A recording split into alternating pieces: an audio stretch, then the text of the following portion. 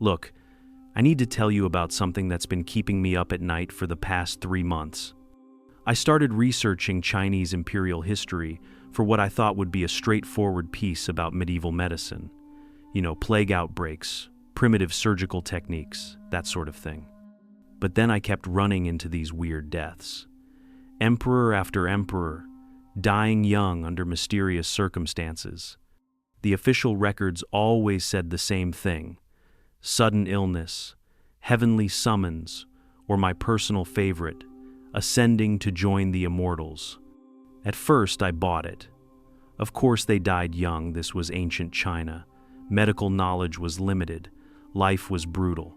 Makes perfect sense, right? Except it didn't.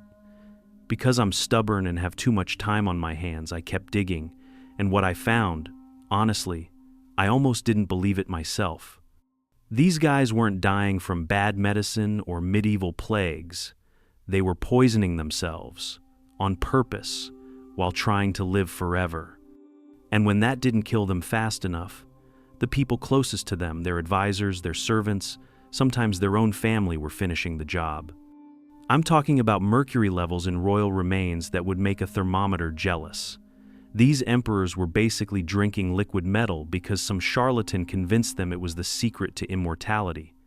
The irony is so thick, you could cut it with a sword. And here's the part that really pisses me off. This has been covered up for over 2,000 years. Not by some grand conspiracy, but by something almost worse. Everyone just accepting the official story because questioning dead emperors seemed impolite.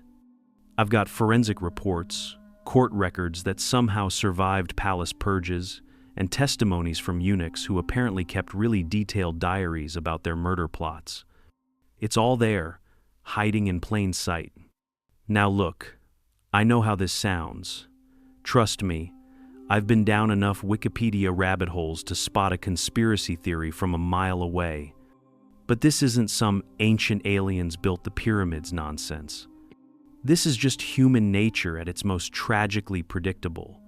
Powerful people doing stupid things for immortality, and other people taking advantage of that stupidity. So I'm going to walk you through what I found, and fair warning, it gets dark. We're talking about people so desperate to cheat death that they accidentally sprinted toward it instead. The air in the Forbidden City on the final morning of Emperor Yong's life was thick with the scent of sandalwood and suspicion.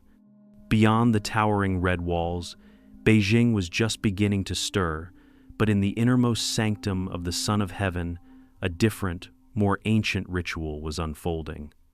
In his private study, surrounded by priceless scrolls and esoteric alchemical apparatus, Yongzheng prepared for his daily communion with immortality. His eyes, sunken from years of sleepless nights and paranoid vigilance, fixed on the jade vial in his trembling hands. The liquid within was a sight of deceptive beauty, gleaming like molten silver in the soft candlelight, its surface rippling with an almost hypnotic metallic shine. This was his elixir, a secret Taoist concoction that promised to do what every man who had ever sat upon this throne craved above all else: transcend the mortal coil and live forever. The taste was deceptively sweet, with a sharp, metallic undertone that coated the tongue, followed by a dizzying rush of euphoria and heightened energy. What Yongzheng could not have known was that this was not the taste of immortality, but the first act of a performance where he was both the star and the ultimate victim. The elixir was a poison, and the theater was his own body, collapsing under the weight of his deadliest delusion. The convulsions began 20 minutes after he had drained the vial. His body, once the vessel of the celestial mandate, arched backward in the silk-cushioned chair. Muscles seized with such violence that precious scrolls scattered across the marble floor like autumn leaves, the silence of the pre-dawn broken by a horrifying guttural cry. The sweet metallic taste had transformed into liquid fire, mercury racing through his bloodstream toward his brain and vital organs with lethal efficiency. Palace servants, alerted by the commotion, discovered him collapsed among scattered treatises on eternal life, his fingers stained with the very substance he believed would grant him immortality. His was a death not from a battle, a blade, or a natural illness, but a slow, self-inflicted suicide fueled by the unquenchable desire for power that defied the laws of nature. This tragedy was not a unique event. It was the chilling recurrence of a fatal delusion that stained the annals of Chinese imperial history for 2 millennia. The elixir of immortality was the deadliest tool in the court's arsenal, a siren call promising escape from the inevitable cycle of life and death. The quest for eternal life, rooted in ancient Taoist philosophy, was a core tenet of imperial rule. Emperors believed that as the Son of Heaven, they were meant to transcend mortal limitations, and the alchemists who flocked to the Forbidden City were more than mere charlatans. They were masters of a fatal science. They promised to distill the essence of the universe into a potable form, using substances like cinnabar, lead, and most lethally, mercury.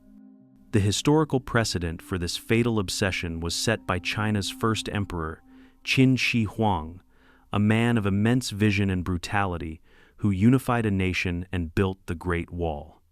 Yet, for all his earthly power, he lived in mortal terror of death.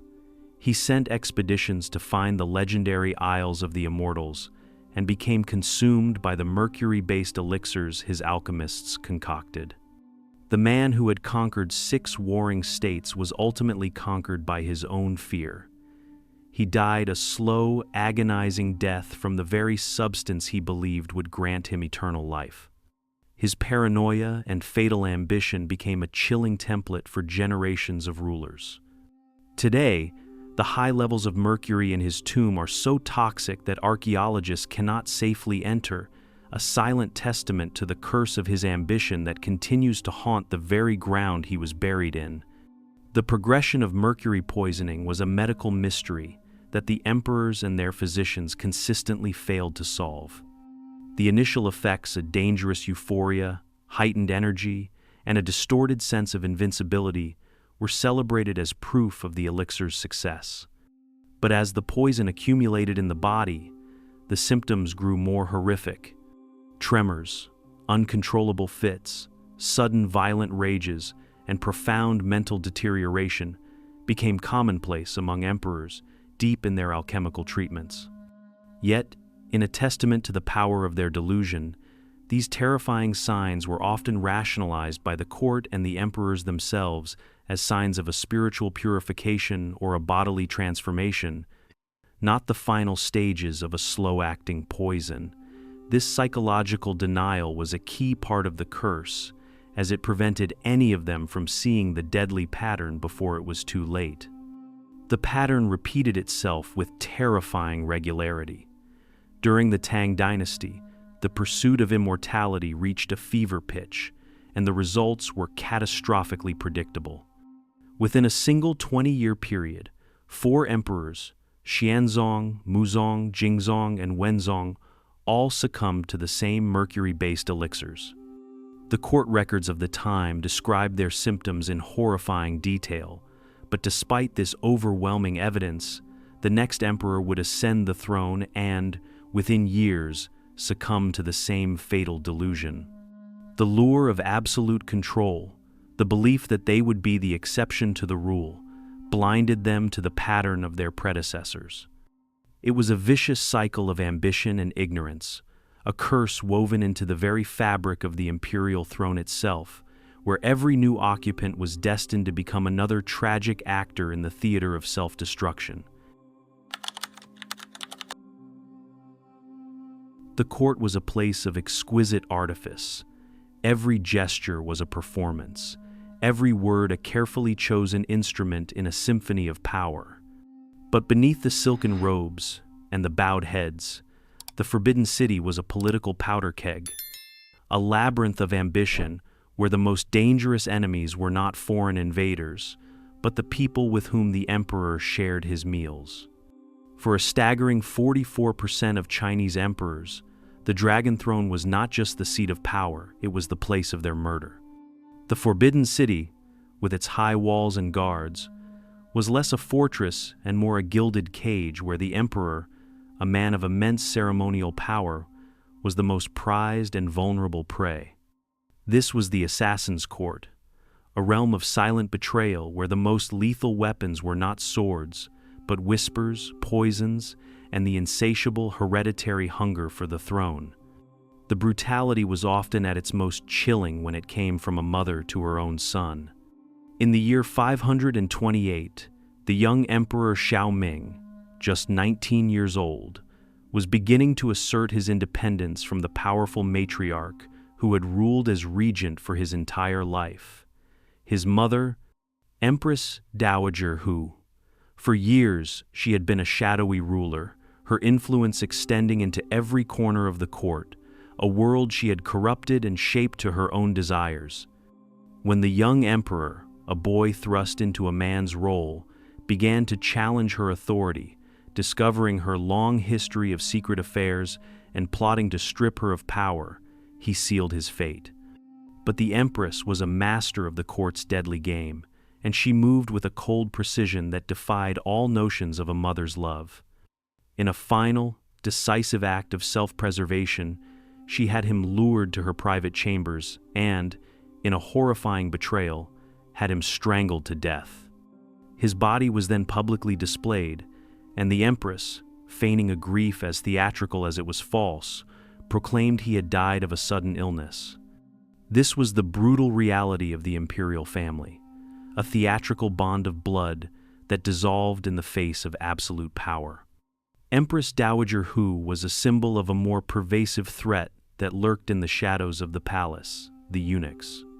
They were brought into the palace as confidants and servants, a unique class of men who, in theory, had no political ambitions or familial ties to threaten the throne. But over the centuries, they amassed immense power, becoming some of the most effective and terrifying assassins in imperial history. With unparalleled access to the emperor's private chambers, they wielded poison with a cold precision that no open enemy could match. They would slip arsenic, or other substances that mimicked the symptoms of natural ailments, into food and drinks. The eunuch's greatest strength was his patience. He could watch an emperor's health slowly deteriorate over months or even years, secure in the knowledge that his crime would be written off as a natural malady. The palace itself, with its sprawling network of hidden passages and secret doors, became a tool for their plots. These passages, designed for imperial protection, ironically allowed them to move unseen and unheard, turning the very structure meant to ensure safety into an architect's blueprint for assassination. But the most brutal betrayals, as Empress Dowager Hu demonstrated, often came from within the emperor's own family. The bond of blood was no defense against the hunger for power. In the 1st century BCE, the teenage emperor Zhao Di was slowly poisoned by his wife, Empress Shangguan. She too wielded poison with an unnerving patience. She administered increasing doses of mercury dissolved in his daily wine, a slow, methodical killing that mirrored the self-inflicted poisonings of the emperors who sought immortality. He, like them, began to show the tremors and fits that were so common in the court, and like them, his death was dismissed as a natural sickness. The family was meant to be the emperor's sanctuary, a place of loyalty and love, but in this court of killers, it became the most dangerous place of all, where a simple meal could be a final rite and a wife's kiss a harbinger of death. The psychological toll of living in such a lethal environment was a death sentence in itself. The constant threat of murder led many emperors to a state of extreme paranoia, a debilitating fear that proved as fatal as any poison. Emperor Chongzhun, who ruled in the 17th century, was a man consumed by this terror. He feared poisoning so deeply that he refused to eat or drink anything he did not personally prepare. As a result, he became a hollowed-out, emaciated figure, slowly starving to death in the lap of luxury. His death from chronic malnutrition was a grim testament to the fact that in the assassin's court, even a healthy man's greatest fear could become his final reality. The palace, built as a fortress to protect the Son of Heaven, was in fact a prison, a gilded cage where every face was a potential conspirator and every meal a final rite. The emperors who survived the poison of the alchemists often fell to the poison of a conspirator. Those who survived the poison of a conspirator often succumbed to the psychological poison of paranoia. In the end, there was no safe place on the Dragon Throne, and no man, no matter how powerful, could escape the web of deadly intrigue that surrounded him from the moment he took the throne. For centuries, the deaths of Chinese emperors were shrouded in an impenetrable veil of secrecy and misdirection. The official court records, a masterclass in euphemism, spoke of sudden illness, imbalance of humors, or the vague but dignified celestial ascension. The true causes of death were a state-sanctioned fiction, meticulously crafted to maintain an image of imperial invincibility. Court physicians, often caught between their medical oath and the brutal political machinations of the palace, were forced to operate in a climate of crippling fear. A correct diagnosis of poisoning, whether self-inflicted or by a conspirator, was not a medical victory but a death sentence for the doctor who dared to speak the truth. To attribute the emperor's tremors and violent fits to mercury poisoning was to accuse the emperor of a fatal delusion, or worse, to imply a conspiracy at the heart of the court. Such a charge could lead to immediate execution. A physician might be handsomely rewarded for confirming the emperor's delusion, but a true diagnosis could lead to charges of treason, a brutal punishment that served as a chilling reminder to others. The sheer lack of a medical discipline that could accurately and definitively identify the presence of slow-acting poisons meant that the fatal cycle was allowed to perpetuate itself, dynasty after bloody dynasty, with each death adding another layer to the imperial myth. The political dynamics of the court, coupled with the limitations of ancient medicine, created a perfect environment for this deadly masquerade. The belief in Taoist alchemy and the pursuit of immortality were not fringe ideas, but deeply ingrained aspects of imperial thought. When an emperor began to show symptoms of poisoning, the court was predisposed to believe they were signs of a spiritual journey, a physical transformation into a divine being. This psychological denial was reinforced by a medical profession that lacked the tools and the courage to challenge the emperor's narrative. The deaths were often explained away by referencing traditional Chinese medicine's concept of balancing humors, a convenient excuse that offered an official explanation without ever having to confront the truth. The emperor's body was not just a physical form, it was a political symbol, and its demise could not be attributed to something as mundane and terrifying as poison. The true causes were buried with them, lost to history and the elaborate rites of imperial funerals, only to be unearthed by a tool that didn't exist in their time. The modern era, however, brought with it a scientific tool, powerful enough to cut through this ancient web of lies: forensic archaeology. Where ancient physicians failed, modern scientists have succeeded, using advanced analytical techniques to unearth the grim secrets of the Dragon Throne.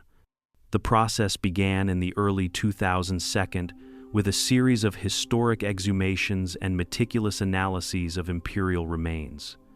The Forbidden City, once a labyrinth of secrets, began to yield its most horrifying truths to the cold, objective light of science.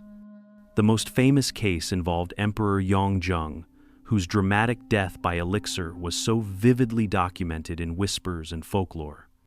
When his remains were exhumed in 2003, they became the centerpiece of a forensic investigation that would rewrite history.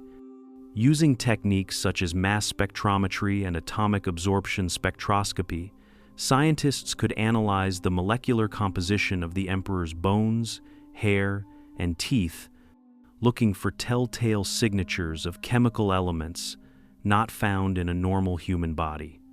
The findings from the analysis of Emperor Jung's remains were nothing short of a medical bombshell.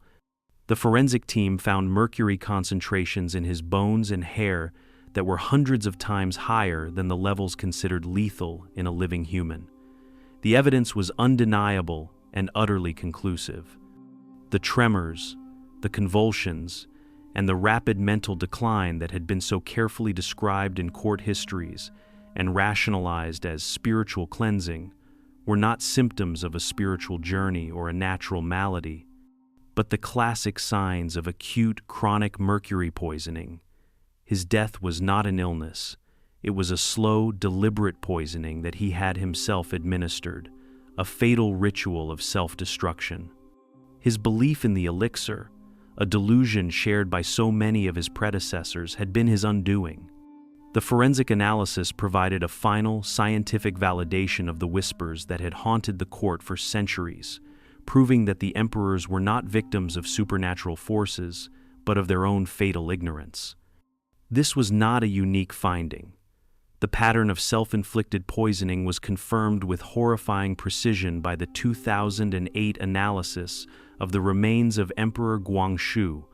Guangxu, another emperor who was consumed by the pursuit of immortality, had also fallen victim to the alluring lies of his alchemists. The forensic report revealed massive deposits of mercury and arsenic in his remains, providing undeniable proof of the slow, methodical self-poisoning he endured. The report was a stark scientific echo of the court records that spoke of his rapid health decline and erratic behavior. The evidence confirmed that the emperors were not victims of bad luck or supernatural forces, but of a systemic, repeatable tragedy. The quest for immortality was a game of Russian roulette, and the emperors were all playing with a fully loaded gun, believing with every fiber of their being that it was a cure, not a bullet. The forensic reports offered a devastating counter-narrative to the romanticized and sanitized historical records, replacing myth with the brutal reality of chemical science. The forensic evidence was the final, devastating piece of the puzzle. It proved that the deaths of these emperors were not random historical events, but a predictable, almost mechanical consequence of a system of power that was fundamentally flawed and self-destructive. It demonstrated that the two primary causes of death, self-poisoning and assassination, were two sides of the same coin of absolute power. Both were driven by an environment where human life was expendable, where paranoia was a rational response, and where the promise of immortality was a delusion so powerful it could blind even the most powerful men in the world to their own impending demise. The medical mystery was finally unveiled, and in its place was a chilling truth. The curse of the Dragon Throne was not a legend but a brutal reality, meticulously documented in the very bones of the men it had killed, and finally brought to light by the one thing that could not be silenced by power: science. The medical mystery was finally unveiled, and in its place was a chilling truth. The deaths of China's emperors were not random tragedies, but a predictable, almost mechanical consequence of a system of power that was fundamentally flawed and self-destructive. The two primary causes of death, the slow poison of the alchemists and the swift blade of the conspirators, were revealed to be two sides of the same coin of absolute power. Both were driven by an environment where human life was expendable, where paranoia was a rational response, and where the promise of immortality was a delusion so powerful it could blind even the most powerful men in the world to their own impending demise. The curse of the Dragon Throne, then, was not a supernatural legend, but a brutal reality, meticulously documented in the very bones of the men it had killed.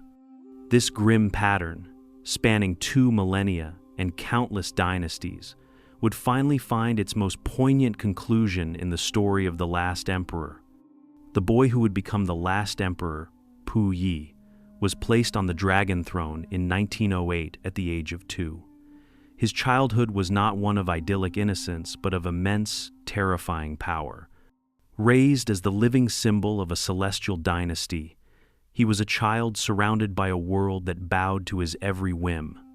Yet, his earliest memories were not of love or family, but of a suffocating isolation and the crippling paranoia that had plagued his predecessors. He was a prisoner in a vast, sprawling palace, forbidden from leaving the Forbidden City, with his only true companions being the watchful, silent eunuchs who served his every need.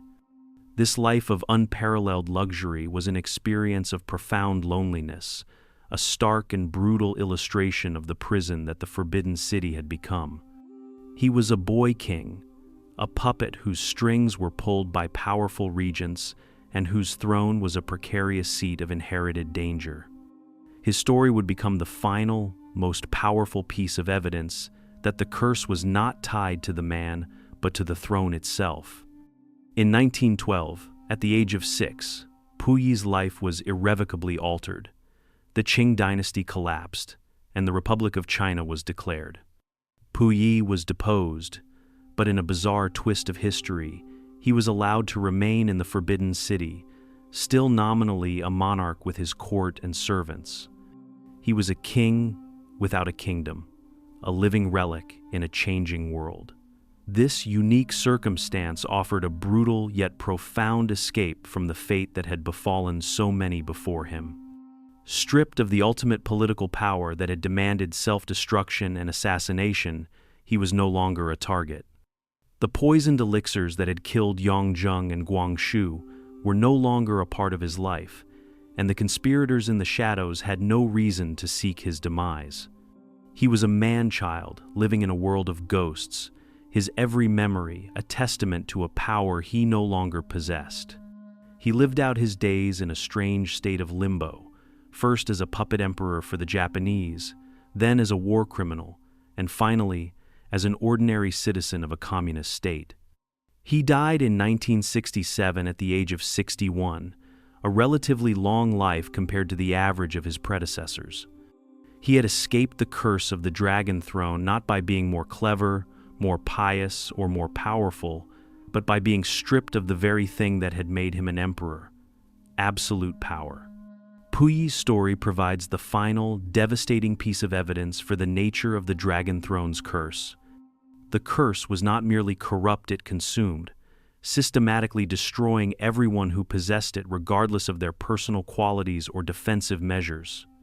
The empty throne that sits in Beijing's Forbidden City today, displayed for tourists as a symbol of China's imperial heritage, represents more than a historical artifact. It stands as a monument to humanity's most persistent and dangerous delusion, the belief that absolute control is achievable without absolute destruction. Every dictator, every autocrat, every aspiring emperor who has emerged since the fall of the Qing dynasty has demonstrated the same fatal blindness to historical precedent. They study the failures of their predecessors and conclude that they will be different, that they will be the exception to the pattern. The evidence suggests otherwise.